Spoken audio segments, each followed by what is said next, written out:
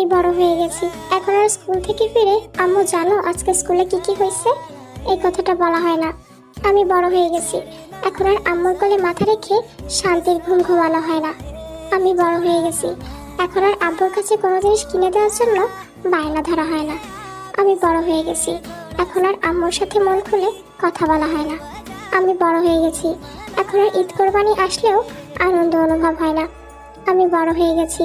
এখন আর কেউ শত ব্যথা দিলেও চিৎকার করে কান্না করা হয় না। আমি বড় হয়ে গেছি।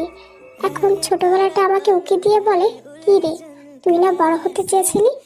হ্যাঁ, সত্যিই আমি বড় হতে চেয়েছিলাম, কিন্তু আমি নামক সে প্রাণবন্ত আর রঙিন স্বপ্নবনা মেয়েটাকে নির্জীব আর রঙহীন করতে তো চাইনি। হ্যাঁ, আমি সত্যি বড় হতে চেয়েছিলাম, কিন্তু এভাবে শেষ হতে তো চাইনি।